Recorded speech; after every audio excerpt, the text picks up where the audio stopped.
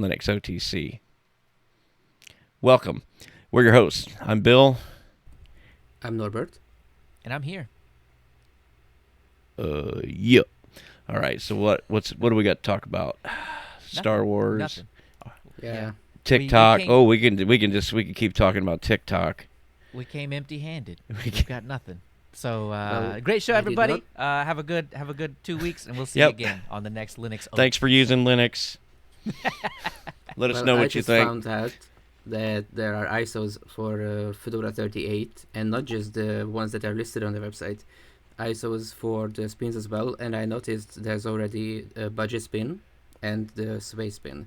So what I like to do with Fedora is get very familiar with the DNF groups and what they contain, because whenever I install Fedora, I just do a minimal install and then install the various groups like fonts and media and hardware enablement and things like that. You mean you don't install them one package at a time to have full control over your entire system? Man, why? Mm-hmm. Yeah. Because it's the silver lining between that and just installing a system with a graphical environment already being there. So You don't even know what's on your system, man. There could be spyware, and you don't even know it. Probably You group not. installed the GNOME desktop, and it's just taken over your system. GNOME's Well, there bloated. was, I'd like somebody to find spyware in the GNOME meta package. Oh, you know what's going to be funny is that someone will find it, and then they will be like, "Oh, it was in there since 1999." Well, Yeah. I did find a package that's the description was something along the lines of automatic bug reporting or something like that. Good. That is Someone's good. going to email the show about it too. But good, Yeah. automatic. Don't make me think about it. Just when something goes wrong, just suck up a report. I don't want to spend that time doing that.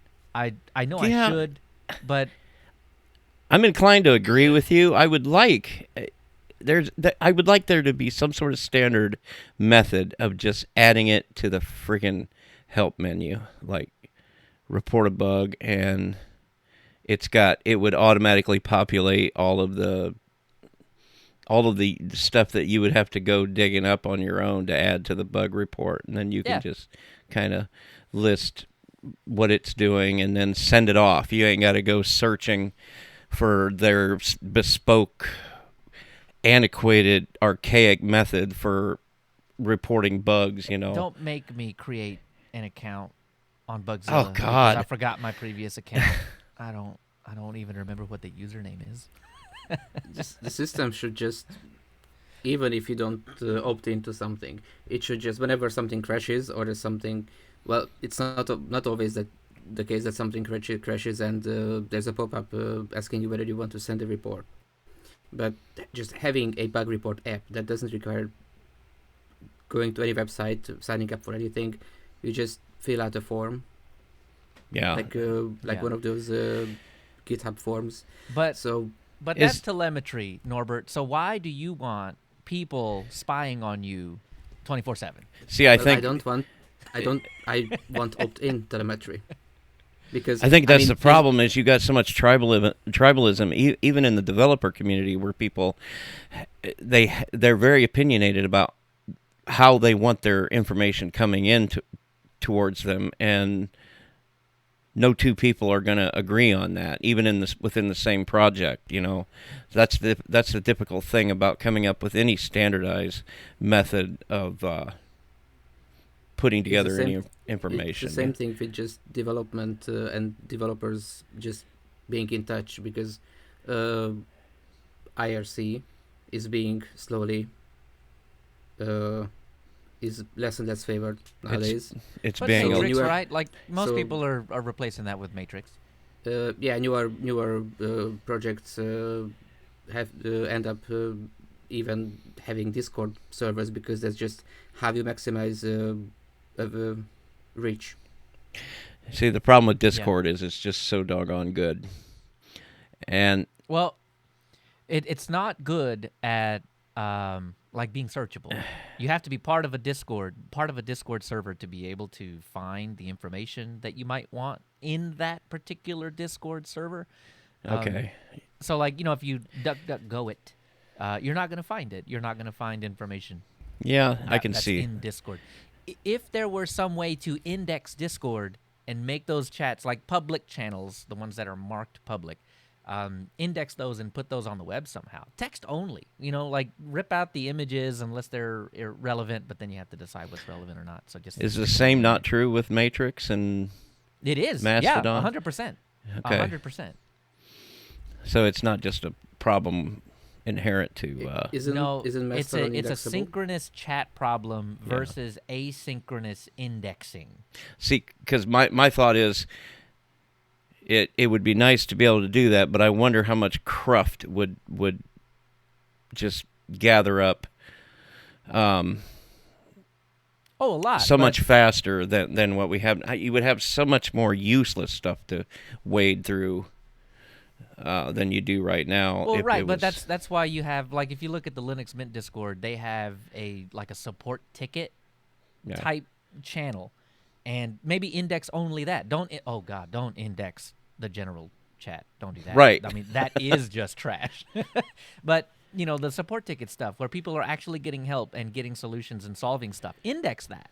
That needs to be indexed and searchable on the web, because the first thing anybody's going to do is search it or GPT it. But if GPT doesn't know, because that stuff is not indexed and fed to it, then GPT won't know the answer to that question either. This is an area where forums have the advantage. Right. Because Yeah. When you What- look at something like a discourse forum or even just an old-fashioned forum, I haven't really tried Discord, so I'm not sure what features fine. it has that are specific to it. But for just forums in general, they are also chronological, but they are divided to pages, and the search engine ends up indexing some of those pages.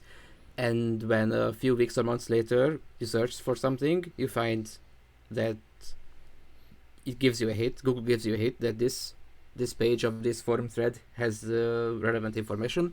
You click that, but since it was indexed, there were new messages, and the relevant information is now on a different page.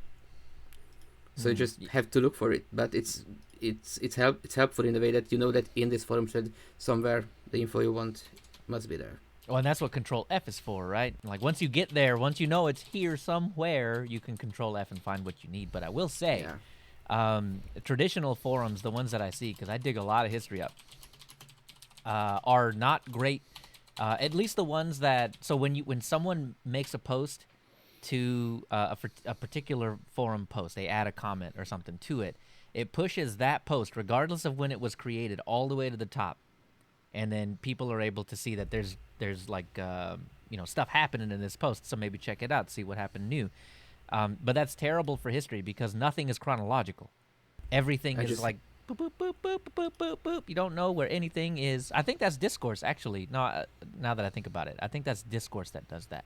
I don't know if regular forums do that, but I just I had a run into that wild a lot. idea. What if the Internet Archive has their own search engine that only indexes stuff that is archived and findable on the Wayback Machine? So it wouldn't have to deal with the open internet. It would just have to deal with their archived data. And but they archive a lot, so I think yeah. I think it would just lag behind the internet by a couple days or something, It's and you would end still up with the good. same stuff. It's still better than not having a means to search through the Internet Archive. The Internet Archive is basically only useful if you know what website you are looking for. But maybe there's some information that there is not up anymore, and you don't quite know what websites it was on. Maybe it's too niche of a use case, but that would be interesting. Yeah, the way that I find stuff on the Internet Archive is I'll usually find like a news post or something like that links to something that's dead, and then I'll go try and put that link into Internet Archive, and it may or may not find it. And if I can't find it that way, then I have to go find other articles that might link to other people that said the exact same thing or posted about the same thing, and it's kind of a mess to find old stuff that doesn't exist on the internet at the proper internet anymore. It's kind of annoying to find, but Yeah. I mean, pretty much always Archive will save me. Archive. I tell you what, the scope of what archive.org is doing is just mind blowing, in my And opinion. they got slapped down. here these past couple of weeks too. Yeah, I mean, gee whiz, who could have seen it coming? You know. I know, right? I mean, you can't just. It had to be one of those things where let's just throw this out there and see if we can get away with it. You know. Yeah. And, I mean, I agree with them morally. I mean, right.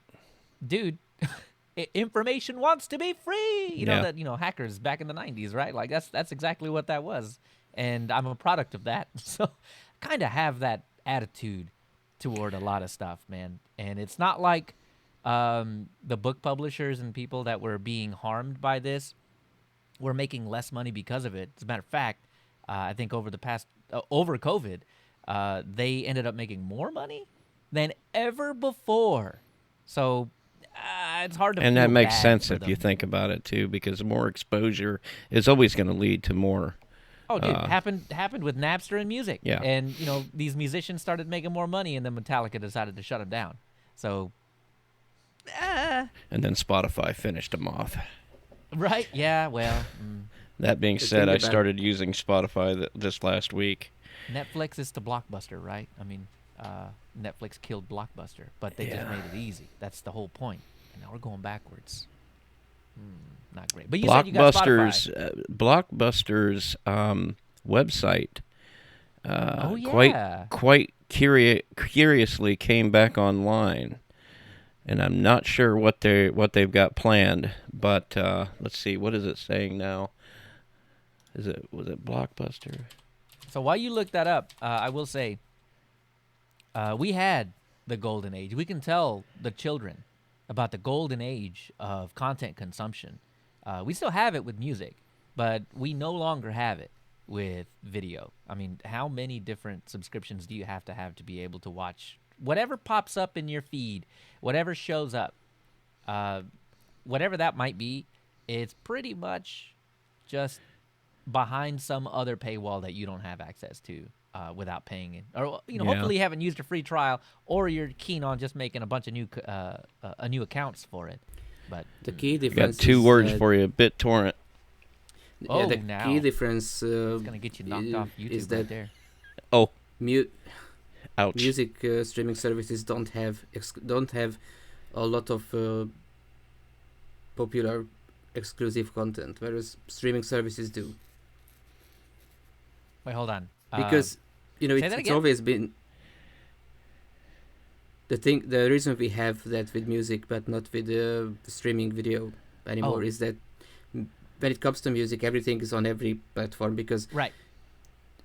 there are some exclusives that, for example, Spotify has these studio sessions for various artists, but there's not much exclusive content that you can only get on Tidal or you can only get on Spotify.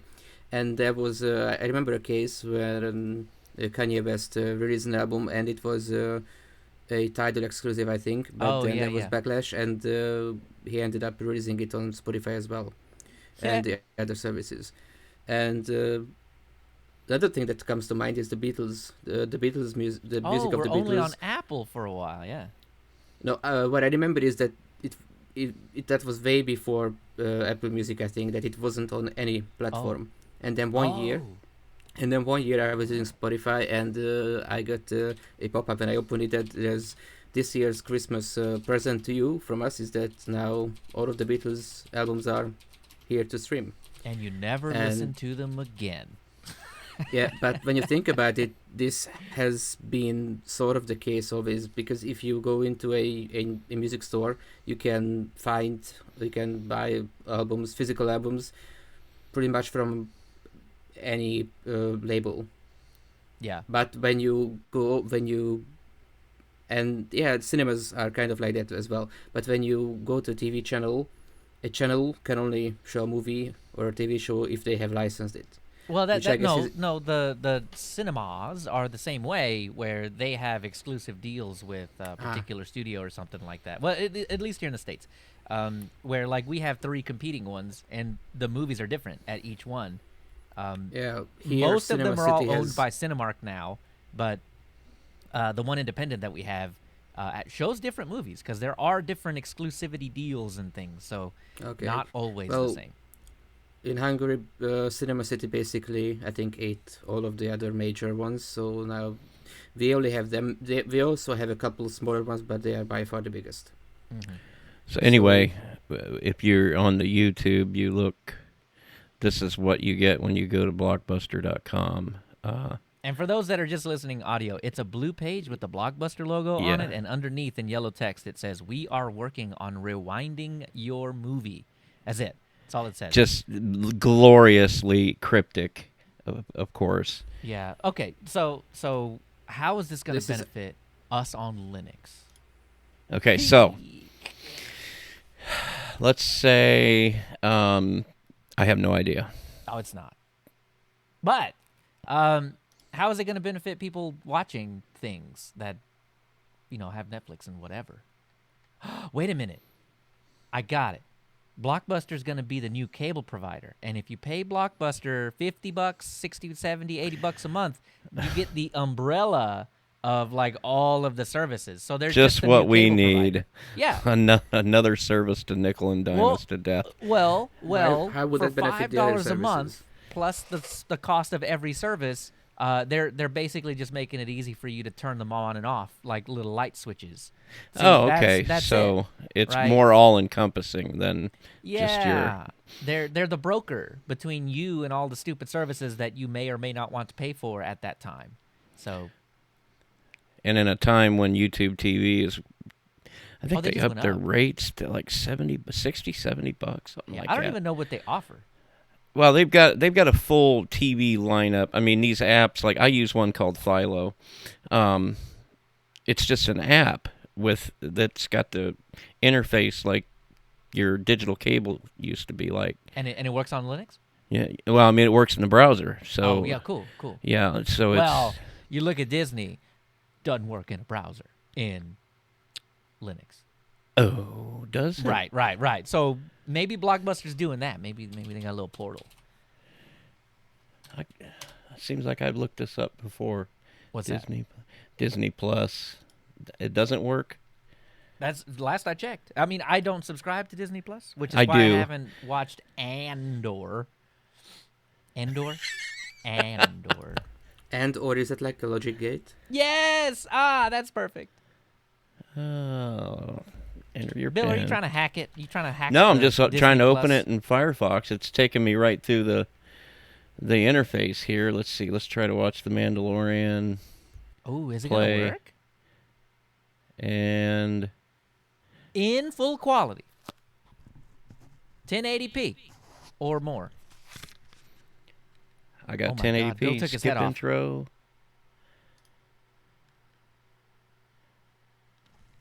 Yeah, it's working. Firefox even. Oh, okay. I take So- it back. They do work in Linux. Fine. But at what quality? I need you to look. I know Don't that know Netflix, that for they're- example, can only do I think 720p Right, in Firefox. right. You need Because either. I think you need either Edge or Chrome to be able to do 4K or 1080p. yeah, because what they don't want you to do is steal their content, and if you do steal their content, it's only 720p, so it's not amazing. And like anybody that's just trying to watch the show cares, but whatever. They're not watching it in 1080p. Heathens. 720 only for you heathens. So I remember It's- when it's not 720p showing. looked good 10 years It's- ago. You're watching it in 480p, aren't you? I don't think so. It's Look got to be at- at least 720p. Look at those Wookiees, so pixelated.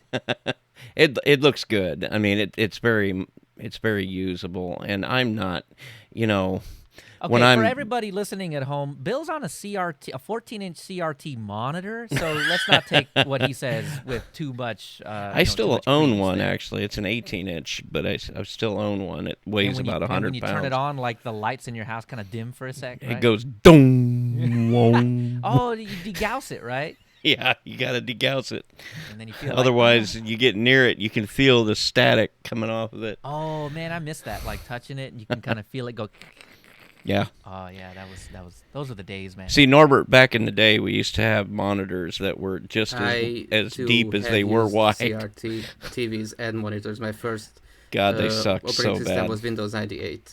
Hey, we didn't know any wasn't in better. 98. Bill. It was No. amazing. 480i was amazing. Okay, I watched Ace Ventura: Pet Detective on 480i, and it was amazing. I Had to loved it. stretch the picture on the screen. Nobody ever had it right. Oh, It yeah, used to drive me nuts. Oh yeah, that was everybody hated that about DVDs when they came out because they had letterboxing, and then everybody was like, "Well, just get rid of the letter, just stretch it." And then, but the point was you lost all that stuff on the sides. Yeah. But movies were recorded such that there wasn't really much going on the sides, so you weren't missing a lot. But that grass was pretty out there, but you couldn't see it because you were on And a then 4x3 and then you have CRT. and then you have things like IMAX cinema, which is going back to the 4:3 aspect ratio, which basically, okay, now we made things wide, we might as well just make them tall as well, so the cinema screen fills your entire Well, see, now the field of first vision. IMAX I remember watching was the first Transformers movie, and I got that on Blu-ray upstairs. And it had an IMAX thing where it was going back and forth between a full 16:9 and a whatever the letterbox with What do you mean Like- goes back and forth? there'll be black bars for a while, and then it'll fill up the screen. It would bounce back and forth dynamically. Like on purpose, like the Yeah, director did. you've never seen that happen? Yeah, no, it's. I've had a few movies that do that on disc. It like dynamically changes back and forth. Yeah. No, I Two only saw examples. in The Wizard of Oz where it was black and white, Yeah, and then it went to yeah. color because Technicolor. Ooh, Something. now that's technology. There's the Grand Budapest Hotel directed by Wes Anderson, Love that Oh, movie. which basically it's a 16:9, but most of the scenes are in other various aspect ratios. Some of them are extra widescreen, some of them are like 4:3. So depending on the scene, it keeps changing aspect ratios, which is interesting. Yeah, and I thought it would be difficult to like rip something like that and then make a single file out of it that would play correctly, because I was always worried that it would be like morphic, where it wouldn't understand what it would need to do, and so when Wouldn't, the because black the- bars would come up, it would like stretch the picture or whatever, but it doesn't. It seems to be done correctly most of the time. So Yeah, so my tablet is a 2:3, I think, and of course when you are viewing what I mentioned, the Grand Budapest Hotel, if you watch it on a 16:9 screen, then everything is fine. When it's a 4:3 screen, there's just letterboxing on the sides. But if you watch that 16:9 aspect ratio video on something like a 2:3 screen, then there's letterboxing all around the scene, that I hate. which is That's irritating. We got some local channels around here that are broadcasting their signal in 720p, but their content is in 480i. So what Are they happens? upscaling? No, they're not. That's the problem, because you're getting a full high def broadcast, but then the content is not changing. It's maintaining its dimensions. So that means so it's that like a you're little going to box have on your TV. yeah. Ew. And so you've got to come up with a hardware solution where you got to get into your menu, which most people don't do Well, yeah, and on then your like TV. if you And change the channel, you got to change it back. yeah, Oh, that's annoying. yeah, that's super annoying. Sony Now- used to have some TVs that would like you could make that setting per channel, which was kind of nice. But then I don't know, much development might not go into that anymore because you got fewer and fewer people. Although I think it's making a comeback, local TV, because people are just sick of it. I mean, I have an antenna, and I just pick up what I Yeah. picked up, and I can watch at least local games and stuff, and that's fine. And I don't pay for that other than having bought the antenna. I've got a solution I'm working on. I'm buying the parts a little bit at a time, but I'm going to put an outside antenna on now. See, I live right next to a railroad track, so you've got to get up above the trains. I mean, I can see the antennas on the other side of town if I'm on my roof or if I'm upstairs in the kids' room or something like that. And Yeah. but with the trains right there, all that interference from that whatever interferes with the signal, and so if you want to get something that's reliable, you got to get up above that. Well, I'm going to run that into a HD home run box, and then that connects to the network, and then you can run an RTMP stream into Jellyfin, and Jellyfin can handle all of it'll give you an interface with a PVR and everything like that, and then I'll be able to watch local TV from the road or whatever. So to bring it all back to Linux, right? You're running Jellyfin Right. on Linux, and you're going to be Boom. doing all that. I am the same way, where I've got the antenna, but I have been putting off buying the $50 TV tuner card to hook up into my Plex server to do the exact same thing, and I'll get my local channels no matter where I am. Yeah. And like during the World Cup and just random things like that, like I'll have family come over, we'll watch the Cowboys or something like that. Not huge for me, but we come and hang out. That's what I want, so I can get it on any TV in the house. Instead of having it just locked to the one TV, and anybody could watch it, right? Like anybody from anybody that has access to my Plex that I've shared that to are able to tune in and watch the game same as me, no matter where they are. Now, do you have DVR capability built into that Plex then as well? It does, yes. I mean, like I said, I haven't set it up yet, but that is the plan. It's basically the same thing with Jellyfin as well. And everybody that has an account will have some DVR access. Although, I'm gonna have to keep an eye on that because it can probably get out of hand real quick in terms of disk space. If somebody sets up, I'm not gonna let anybody else record stuff. If I want stuff, probably to record, a good idea. I will record it myself and then share that to everybody with like a DVR category, and I'll share. There you go. It's probably best. Yeah, they're gonna go through me, and if I'm too busy or I just don't feel like it, it's not gonna get recorded. And you're getting it for free anyway. Yeah, exactly right. Like so, just cool your jets. Yeah, you'll be fine. You'll be fine. Norbert, is terrestrial TV still a thing over there, or was it ever? Apparently not. Well, I haven't. Well, they don't call it that, man. I personally never had a TV subscription, so I'm no, I mean with an antenna. Person. Hook up an antenna to a TV the old-fashioned way. You used to have to use a screwdriver, dude. You used to have to take a wire and screw on. The thing is that I'm not sure if it's still a thing. It might be. Yeah. I'm not sure. I know you're just all in on the Netflix, man.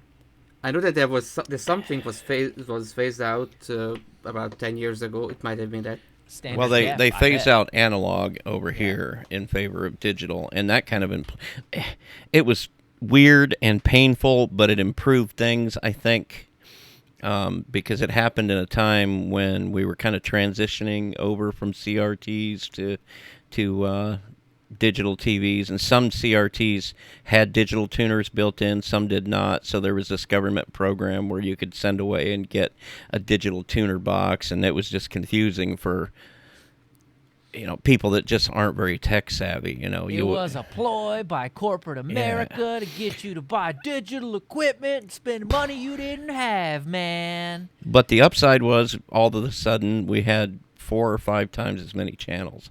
Because the broadcasters half were those able. Channels were the same channel in like different aspect ratios. Around here, it was a little rough at first, but around here, like right now, I mean, the joke was always when I was growing up, Gen X, we had 3 channels, and if the president was on, your night was screwed. That's an old joke, but it was true.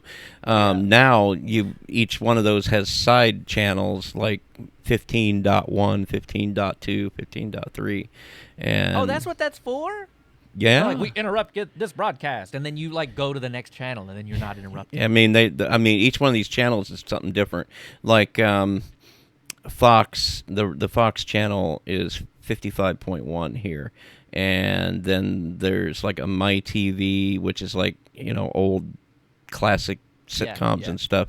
That's 55.2, and then there's a weather channel, and then PBS has got like 5 side channels.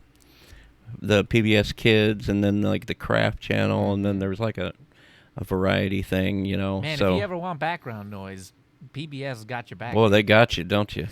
Yeah. I found it. It was in 2013. The analog transmissions were seized. Yeah, that sounds about right. And some people still had CRTs. I imagine there's probably still some people that are sporting the CRTs, but for the most part, they've kind of With the fizzled out. electricity they have used over the years, Yeah. since CRTs have mostly phased out, they probably could have bought 5. Oh, these widescreen TVs nowadays, you can get a 55-inch TV. I mean, it's the one thing that hasn't really followed the same rules that everything else has, because these 55-inch TVs at Walmart or whatever are just as much, if not less, than what we were paying 25 years ago for a CRT, half its size, well, a quarter its size. Yeah. You know. Why don't they specify such large screens in feet and inches and just in inches? That's something 'Cause I it never sounds really thought better. about. And the number's bigger, man. The numbers bigger. It's all marketing. Mhm.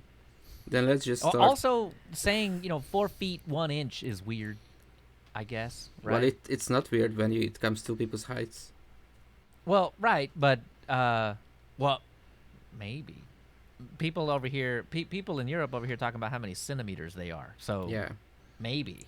but you can still say some things like 1.6 meters, 1.7 meters. So if you just want to round it, Yeah. True. I do that a lot because the military was using meters on the ranges and stuff like that. So I'll say, yeah, that's about 700 meters that way, and people Yeah, but just, you could what swap are in you, yards. some kind of one of them are Europeans? But you could swap in yards for meters, and it would be Some of about the- the same. About the same, yeah. a rule of thumb that I started using is that I realized that I think 3 feet. No, wait, was it 1 feet? 1 feet is roughly 30 centimeters, and the standard ruler size in schools, the big ones, are 30 centimeters. So that 30 centimeter is just, everyone knows how much it is because it's easy to visualize for us. Mhm. So I just started visualizing 1 foot like that. Yeah. So now when I hear something like 30 feet, I can just divide it by 3, and it's 10 meters. Not exactly, but just about. It's Yeah, just but you don't even got to divide though. It just is meters, right? Like yards. When you Yeah, use yards, yeah. which is 3 feet. Because I just memorized that 1 inch is 2.53. We use centimeters, I think. 2.54 in school, but yeah, Okay, that's about right. 2.54, then that's probably it. So yeah, Yeah, those that's two. pretty cool. I just look at a distance, and my brain just kind of tells me, yep, that's about 50 feet. Yeah, when And, you I, think and it's that a wild lot, estimation. yeah, when you think in length a lot, you get That really should good be at that. around 14 meters, right? You go, boy. 50 feet in meters. It's All right. 15.24. I was close. So we haven't talked about Linux, but like once. So No, but I I just- want to. Keep imagining Bill having that interference with the trains, with his internet connection as well, and him being like, okay, there's no train scheduled for the next 40 minutes, let's just quickly record a podcast. It turns out fiber optic cares nothing about the trains. It just keeps right on trucking. So I wanna turn it just a little bit. Go ahead, because let's turn it. We're not talking about Linux, but let's talk about Unix just a little bit. Oh, Because it okay. turns out that in macOS, sucker, gotcha. In macOS, in the operating system, there is in modern macOS, nobody put it there other than Apple. Andy Baio discovered that every modern copy of macOS has the Bitcoin white paper penned by Satoshi Nakamoto. So, what does How that and- mean? But that was like in 2008, right? What do you mean? Come on. Oh, the paper was penned in about 2008. The Yeah, that paper, sounds about right. okay. Uh-huh. Okay. Yeah. So what does that mean? Why would Apple put that in there? Is there going to be some kind of Bitcoin something happening? What's going on? 'Cause I heard Surely Bitcoin it's was not trash. something that just one employee tied there and nobody else will notice. Well, that's what I mean, right? Certainly Yeah. not. Right. So why, if you have Mac OS, looks like it's in System Library Image, and then in the Virtual Scanner app, Contents Resources, and it's called SimpleDoc.pdf, and it's the full Bitcoin white paper on a Unix. And System. no other application is putting that there, or It's just in the base image. Huh. Uh-huh. Uh-huh. And so there was maybe it's just an Easter egg and doesn't really mean anything. right. But Maybe it's just so is that it? people will speculate. It'd be interesting to see how far back that goes, though. Right. How far? Because those images, I think, are mostly available through the little App Center store thingamajig, where you Yeah. can download different versions of macOS. Yeah, it would be kind of interesting to know. But so hold on. What's your feeling on the whole crypto thing in the first place? Oh, I struggle to get I just excited about it, but What, Norbert? Why are you smiling like that? No, I just had a weird conspiracy theory that maybe Satoshi is the people behind the name Satoshi are actually Apple employees, and they just uh, put it there as an Easter egg. I mean, they probably wouldn't have, because they they probably had to don't put it want somewhere. anywhere. Some they don't want people to know who they are, because that's the point of Satoshi being a pseudonym. Right. Well, as for just crypto, it's the idea is good, but it's hard to implement well, because if cryptocurrency, if a given currency is not controlled by a state, it can still a an organization, not necessarily a state, can still end up having control by controlling the majority of the currency Yeah. and the mining. That's kind of the problem with proof of work, which is what most cryptos are based on. People with the money can show more work and maybe not control the network, but can certainly end up hoarding all the money, the same as they do with any other currency. So I think that was, I don't know if that was one of its stated goals, but I know that was a big thing of proponents way back in 2008, saying it's like, this is how you get money back to the people. And people with money have more CPU power than you do. So It's kind of like gold, because gold is also finite, and gold is also, well, the Is it value of artificially? said gold- back Is in it the day, artificially too. finite though? The way I'm not Bitcoin sure. is.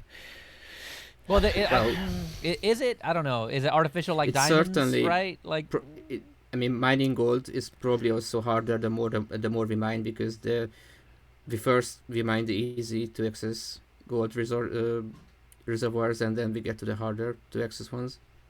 yeah. Of course, I Bitcoin is suppose you could always also- have more comets and meteors bring more gold and diamonds to us that way. Well, You know.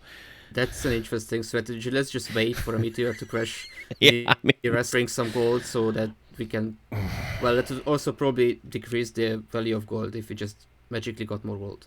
I Yeah. guess I've Well, just never looked at crypto as being like this huge possible seismic movement away from the type of, at least not in our lifetime. I don't know, away from fiat currency being used more widespread. Probably just because I'm surrounded by so many people that just are completely unwilling to accept it. You know. Oh, true.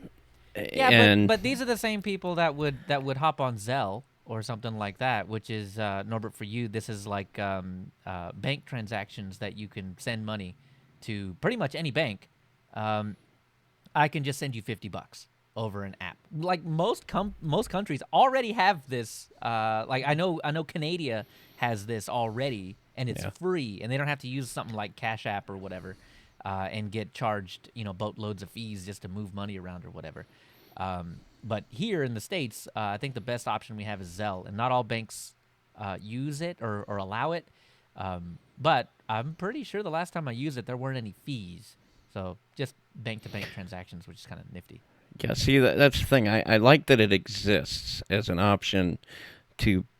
I mean, if I'm dealing with a merchant or something that is offering that as a payment option, I've just never thought of it as in the political terms that Yeah. so many Well- people like to talk about.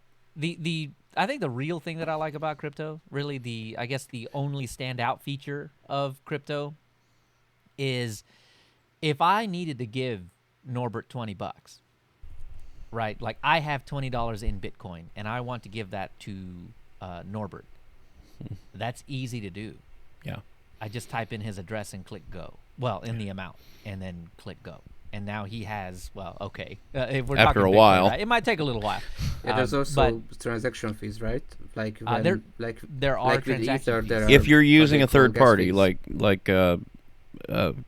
what's the big one?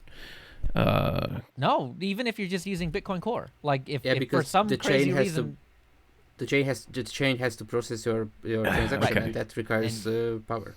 right, exactly. So, I mean, it does cost. But, Bill, what would you do if you needed to send, and you don't have crypto as an option, you needed to send Norbert $20, how would you do it? I mean, the old-fashioned way was Western Union and things like that. And nowadays, of course, you got Cash App. Every now and then, I Cash have. App? They'll exchange the money for you and everything? I don't know if I had to send it to him, and it had to get like. I don't know. That's a good I question. actually don't know if Cash App is a thing over here.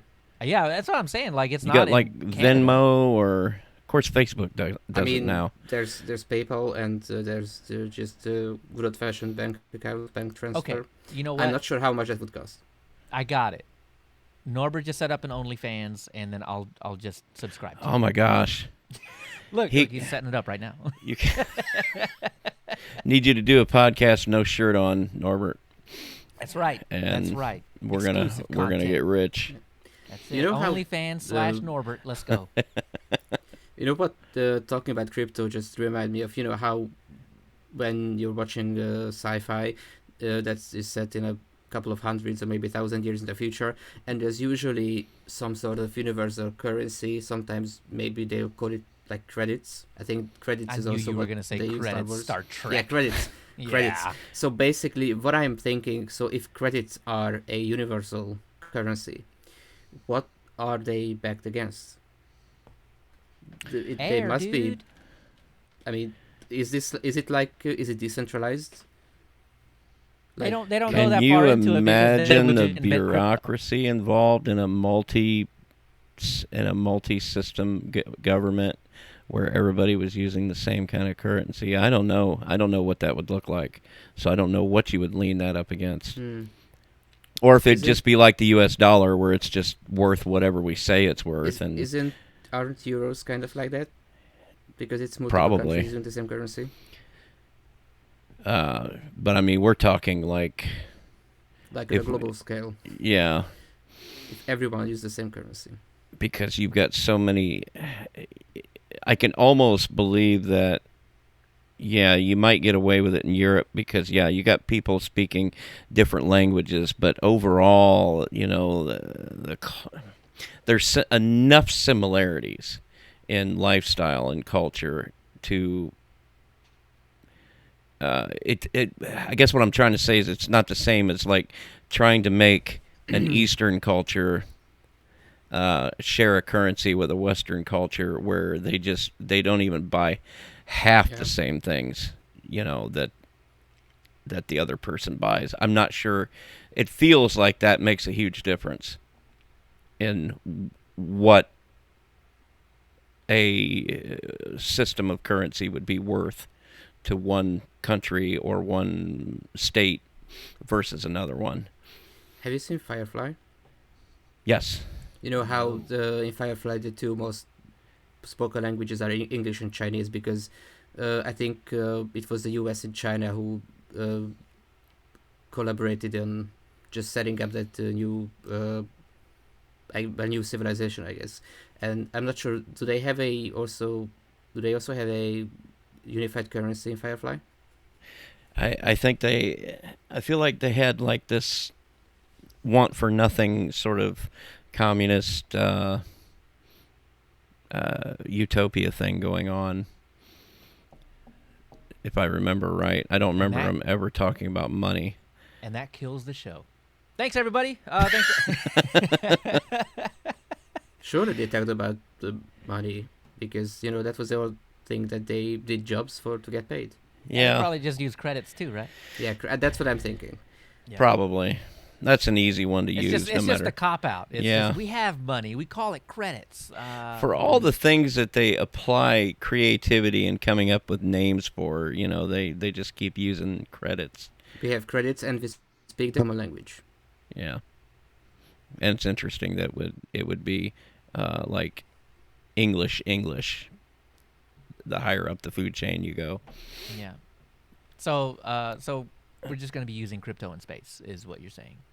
Probably, or something by that time, it won't be distinguishable or it won't be comparable to what we know as crypto right now. What I'm saying is that proof of work could work in space because you don't have to worry about polluting the air because there's no air.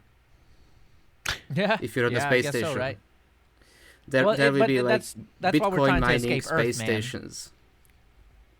So make They would money probably need more intelligent power. enough to know what was done to earn it.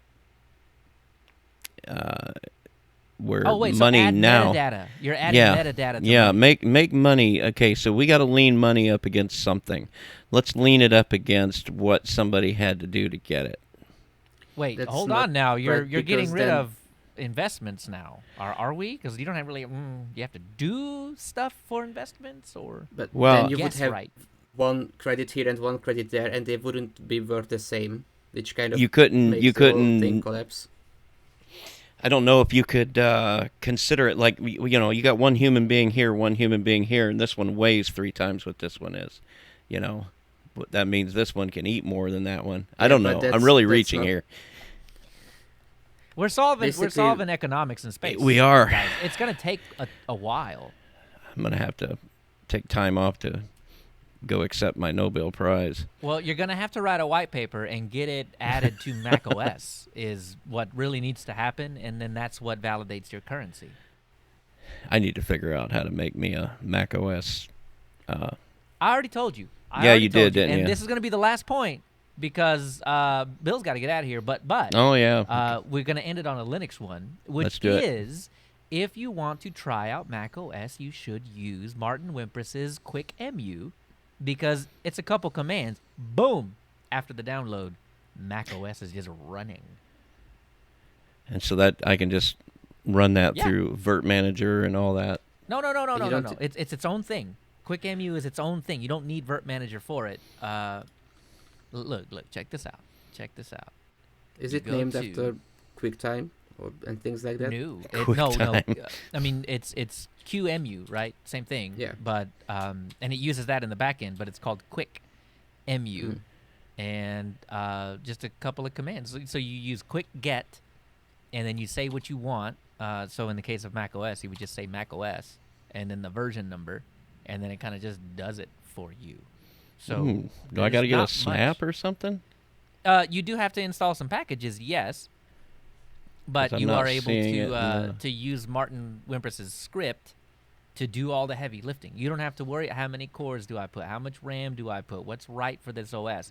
All that stuff is already taken care of for you. You just run that script, and it utilizes all of the underlying packages, the way Linux does, and Yeah. it just spawns you a VM, and you're able to, in the command line, I think there's a GUI for it too, but in the command line, you just call it up after you shut it down to start it up again, and Can I set up it's just gonna be there. shared folders?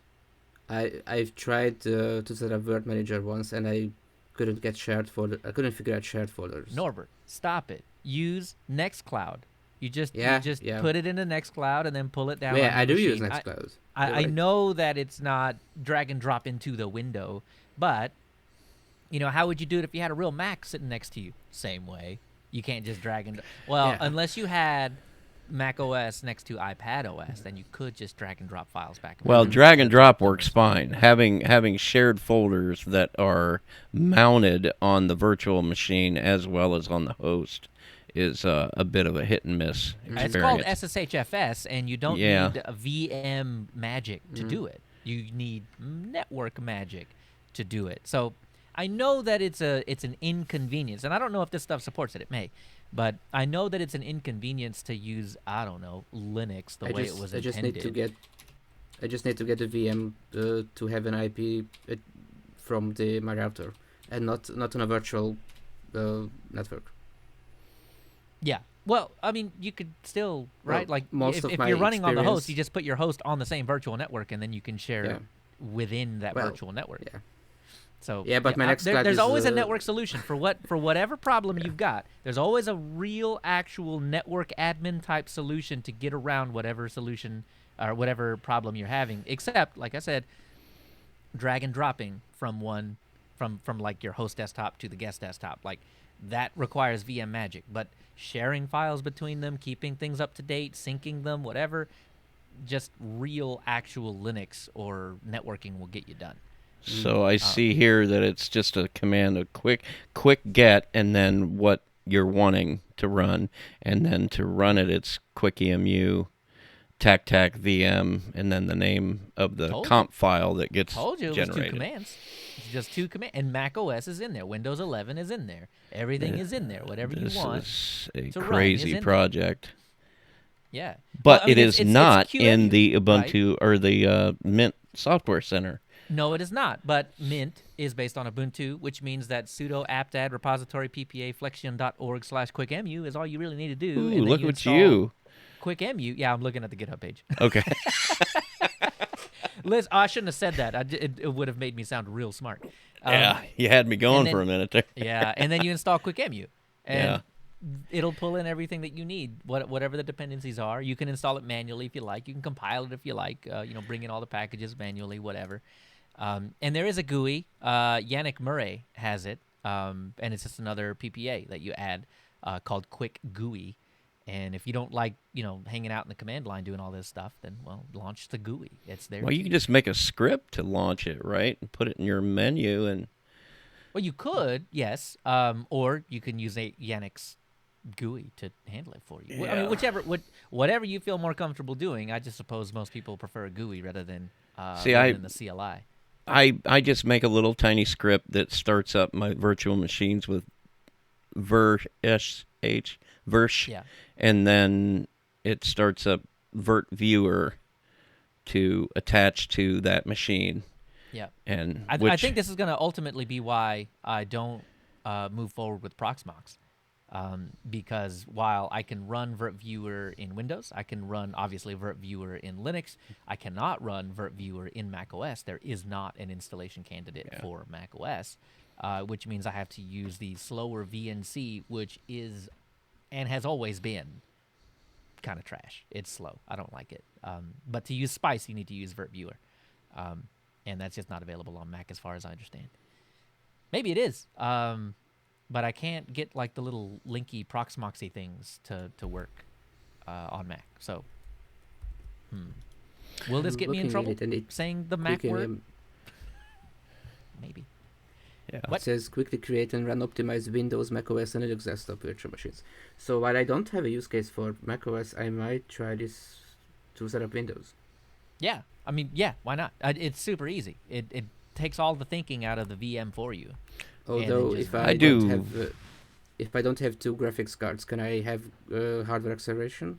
Yeah, you have to choose the Uh, Spice, and then you have to run that to VertIO. Yeah. To your question though, Norbert, no, I don't think so. Well, you got Because hardware I- acceleration You to can- VertIO, but it's not like pass through. Yeah, it's not right. that is Oh, I see. Okay. Are you talking about like being able to render the minimize thing with the GPU, or are you talking about pass through? Since I don't have two graphics cards, I can't do. There's no way I can do pass through, right? Right. Okay. Okay. So we're just talking So- about like having 3D acceleration, like minimizing Yeah. a window and stuff in or maybe YouTube. Well, or running something like Photoshop. right. Okay. I oh don't yeah, know. that'll work fine. Yeah. Cool. And some games will work pretty good too. I have to do that with like Mint Cinnamon. You've got to enable all that just to keep it from barking at you that it's using That's software true. rendering. Yeah. So- yeah, true. So run Linux Mint Cinnamon as your first VM, and you'll find out. Yeah.